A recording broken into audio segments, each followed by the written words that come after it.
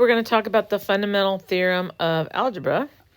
And the basics of that is that if you have degree n, then if your function has degree n, then it's going to have exactly n roots. And some of them could be multiple roots, which means they happen more than once. And some of them could be complex roots, which means they have the imaginary unit in it. Okay. So if we're trying to find solutions, just to remind you, solutions, roots, zeros, they all mean the same thing, x-intercepts. We're all trying to find basically the same thing. So we want the function to be equal to 0. So if we start like this, and we're trying to find out what x value would make this happen. Well, over here you can see how we're talking about how if we have degree 4, our degree is going to equal the number of roots. So because we have degree 4, we know that our answers, we're going to have 4 answers. They're not all maybe going to be real. They're not all going to be complex. There might be some rational or some irrational, etc., etc. Because just because we have real roots doesn't mean they're rational, right?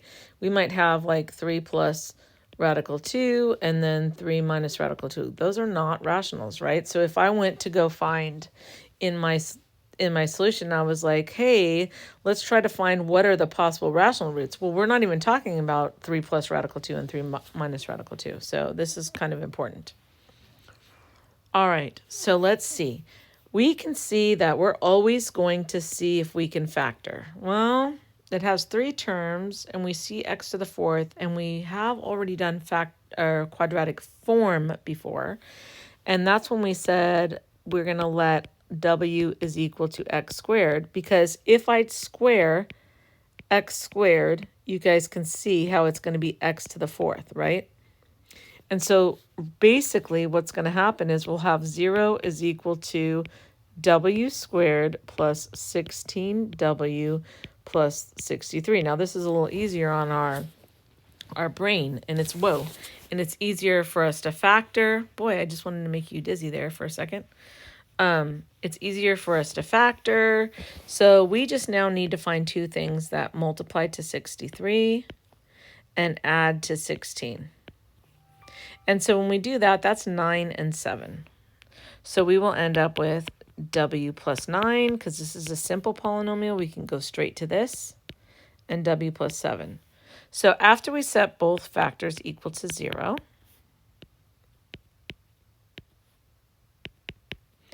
and we solve, we get w is equal to -7, and w is equal to -9. Well, this is great for w, but we really want x, and we know that w is equal to x squared. So we're just going to replace the w's with x squared. So x squared equals -9, x squared equals -7, and now we're just going to solve. And we would solve by taking the square root, and we put a plus or minus in front of it. So this one would be x is equal to plus or minus 3i. So now we have a 3i and a -3i. We take the square root of this one, plus or minus, and the only thing we're going to be able to take out of the radical is an I because of the negative, but the radical 7 will stay in there. So we'll have I radical 7 and -I radical 7. And so we do have our 4 roots, or our 4 zeros. Okay, so really all we did was we factored, but we had to use quadratic form in order to do that. Okay, let's look at number 2. So number 2 has 4 terms, and there's something up here that says don't forget that factors of x make 0. So when we're looking at this, you can see how all of these terms have an x. So first we're going to make this 0, and then we're going to factor an x out, and we'll get x cubed minus 7x squared minus x plus 7. And that's great. We have already one factor, right? We also know that we have degree 4, so we will have 4 zeros.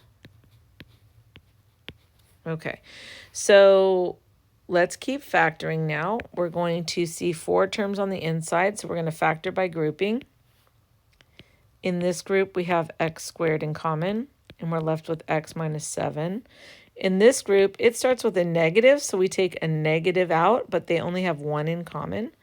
And so that's x minus 7. And then we see that these factors are the same. So we take it out, and we're like x minus 7, and then x squared minus 1 is left over. But you guys, we have to keep going because x squared minus 1 can still be factored. X plus 1, x minus 1. And if we set each one of these factors equal to 0, set each one of these guys equal to 0, we'll be able to get our solutions. So this one's already done. This is just 0. This one, when we add 7 to both sides, we're going to get x is equal to 7. And then we subtract 1, x is equal to negative 1. And then add 1, x is equal to 1. So as you see, we will have our 4 values. And what's kind of crazy is my arrow goes way too low there. There we go. Okay. So that one was degree 4, so we needed to get 4. We also did this by factoring, but we didn't have to use quadratic form. We used greatest common factor, and we also used factor by grouping. So remember, factoring is not going to go away, you guys. Factoring is not going to go away. All right. This one's a little bit different. It's telling you 1, 0, and it's asking you to find all the solutions. So really, we're going to approach it a little bit differently because we know 1, right? But we still see that this is a 4. So we still say that we're going to end up with 4 zeros or 4 solutions. Okay? But see, the thing is, they told us 1. So 1 plus 2i is a solution. So that means also 1 minus 2i, the conjugate, is a solution. So I've already got 2. So my last 2 are going to be a little bit easy, but the only problem is I need to find out what factor or factors would come from these zeros, and then I'll divide. So if I have a factor, I do x minus whatever the 0 is. And so my first 0 was 1 plus 2i. And my second 0 was, so x minus my 0, and the other 0 was 1 minus 2i. Now notice that I'm making a parenthesis around those because we have more than one term. So when we add the opposite here, we have to do it to all of the things in our 0. So we'll end up with x minus 1 minus 2i, and then we'll end up with x minus 1 plus 2i. Okay, now there's going to be a little easier way to do this, and I'm going to show you in the next problem and then come back to this problem, but we're going to do it this way first because I want you to appreciate the easy way. All right, so this guy we're going to take through, and we're going to go x squared minus x plus 2xi, and now we're going to take the negative 1 through, negative x plus 1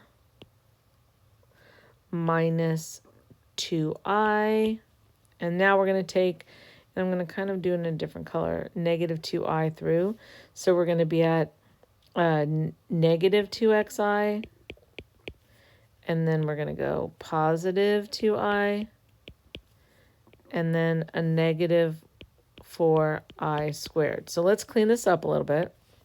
So we know that this plus this will be 0, and we know this plus this will be 0, so let's see what's left. So we have an x squared, we have 2x, and then we have a 1, and this guy. Well, this is negative 4 times negative 1, which is just 4. So when we take 4 plus 1, we'll get a 5. So this is the factor that comes from both of those zeros, 1 plus 2i and 1 minus 2i, which means that we could break this polynomial right here down using this factor. So what I'm going to do is I'm going to say, okay, well, I know one factor. Let me divide this in to x to the fourth minus 5x cubed plus 13x squared minus 19x plus 10. And that's really long, but what I'm going to do is I'm going to divide this in and see what my remaining factor is. And my remaining factor, because this is a quadratic and this is 4 terms, we know that this answer up here is going to be a quadratic, right? So if I can get a quadratic, I can solve it. And we already talked about this, that quadratics can be factored or use quadratic formula. So, but I have to get there first. So we first go first with first. So what would I multiply by x squared to get x to the fourth? And the answer is x squared. And then I take that through all 3 terms. So we'll get x to the fourth minus 2x cubed plus 5x squared. And then we add the opposite. So we make this an opposite, and this an opposite. And so let's see what we have left here. We're going to have this is gone, and then we'll have negative 3x cubed, and then plus 8 x squared, and we'll bring everything else down. Now we're ready to do first with first again. What would I multiply by x squared to get negative 3x cubed? Well, that's a negative 3x. And we take that all the way through, and we get negative 3x cubed, and then plus 6x squared, and then minus 15x, and then we add the opposites. We make this positive, negative, positive, okay? And we go down, and obviously this is gone now, and we're going to have, sorry, I could do it with orange. This is gone now, and then we're going to have 2x squared minus 4x plus 10. Okay, we're on our last part. Now what I'm going to do is I'm going to move this down a little bit so that I can fit this stuff. Okay, so now I'm going to go back and I'm going to do first with first. So what would I multiply by x squared to get 2x squared? And obviously that's a 2. And so I take the 2 all the way through and I get 2x squared minus 4x plus 10. And this works out because I add the opposite and I get a 0. So that means that this is our remaining factor. So we have x squared minus 3x plus 2, and we can factor that to x minus 2, x minus 1. And then when I do x minus 2 equals 0 and add 2, I'm going to get a 2. And when I do x minus 1 equals 0 and I add a 1, I'm going to get a 1. And so now I have all 4 of my zeros. So this is a little bit different. We got 1 0. We knew that buy one, get one free for conjugates. We turned them into factors. We multiplied them to find out what that was together, and then we divided it into our polynomial. Because essentially this is what it says. It says x to the fourth minus 5x cubed plus 13x squared minus 19x plus 10 can be broken down, and we had x squared minus 2x plus 5. We already found that from our zeros. And then we found that after we divided it in, we got x squared minus 3x plus 2. But then we took this one and factored it down farther. So I just kind of wanted you to see that full circle. Some of you could have stopped the video, and some of you might have wanted to watch that. Okay, let's now write a polynomial with the smallest degree that has these roots. Well, if my root is 5, my factor is x minus 5. If you think about it, if I know that x is equal to 5, then I subtract 5, and x minus 5 would have had to be a 0, right? And that's where I get my factor. And then I know that here's a deal. If 2 plus 7i is a factor, we also have 2 minus 7i. So guess what? They didn't tell you about this other 0. Not a factor, but a 0. They didn't tell you about this 0, but we have to actually know about this. Now, do you guys remember up here when we had these two zeros and we made them into factors? This was kind of a long process, right? So what process I'm talking about is this guy right here. Well, what this says right here is if I have two zeros, A and B, and I can make a quadratic by taking the sum, the opposite of the sum, and putting it in front of x, and putting the product in the third spot. So watch what happens with last problem we had. We had 1 plus 2i, 1 minus 2i. So 1 plus 2i and 1 minus 2i. Let's make a polynomial very quickly. Well, I will take x squared, and I will take the opposite of the sum. So the sum here is 1 plus 2i plus 1 minus 2i. Well, you can see that the 2i's go away, and so we have a 2 here. So this is going to be x squared minus 2x, and then we're going to do the product. Well, when I take a plus b times a minus b, it's a squared minus b squared. So a squared and then minus b squared, right? 2i squared. Well, this is 1, and then 2i squared is 4, or sorry, negative 4. So minus a negative 4. So this is just 5.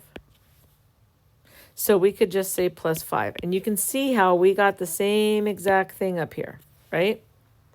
So let's go through that again. But we're going to use the other problem. So we're going to do it that way. And we know that our other factor came from these two. And we would have an x squared. We would have the opposite of the sum, which is 2 plus 7i plus 2 minus 7i. And then we're going to add the product. And so the product is going to be 2 plus 7i, 2 minus 7i. Now I'm writing all this down, but this is really going to be one of those things that you might be able to even do in your head. So we still have x minus 5, but this one is x squared. When I add these, this goes away and I get a 4 inside, so I'll get negative 4x. Oh, look, I forgot the x. Okay? Because you have the x right here. And then we're going to multiply this, and this is a plus b times a minus b, so we're going to get a squared minus b squared. Well, you guys, this is just 4, that's 2 squared, and then minus a negative 49. Well, guess what? Boom and boom. So we're going to do 53. So this guy's just going to be plus 53, and we're ready to go. Okay, so if you are having trouble remembering this, you can always just multiply it out. You could have taken 2 plus 7i times 2 minus 7i, and you can see the a squared. And then we have minus 14i plus 14i. You can see how those are gone. Boom, boom. And then minus, and then the b squared, which is 7 times 7 is 49.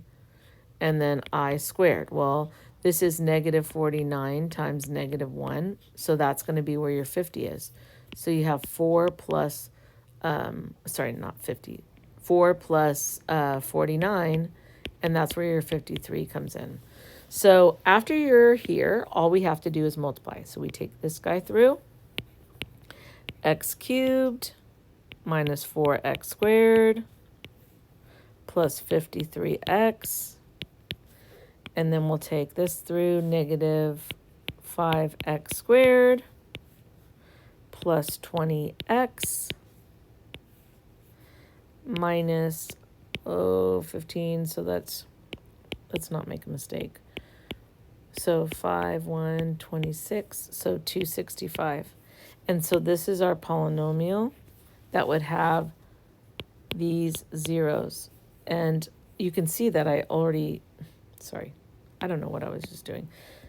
I wanted to go like this. This is our polynomial, but we have to simplify it. So we're going to go x cubed minus 9x squared plus 73x minus 265. So this is the best form of that because it's in simplest form.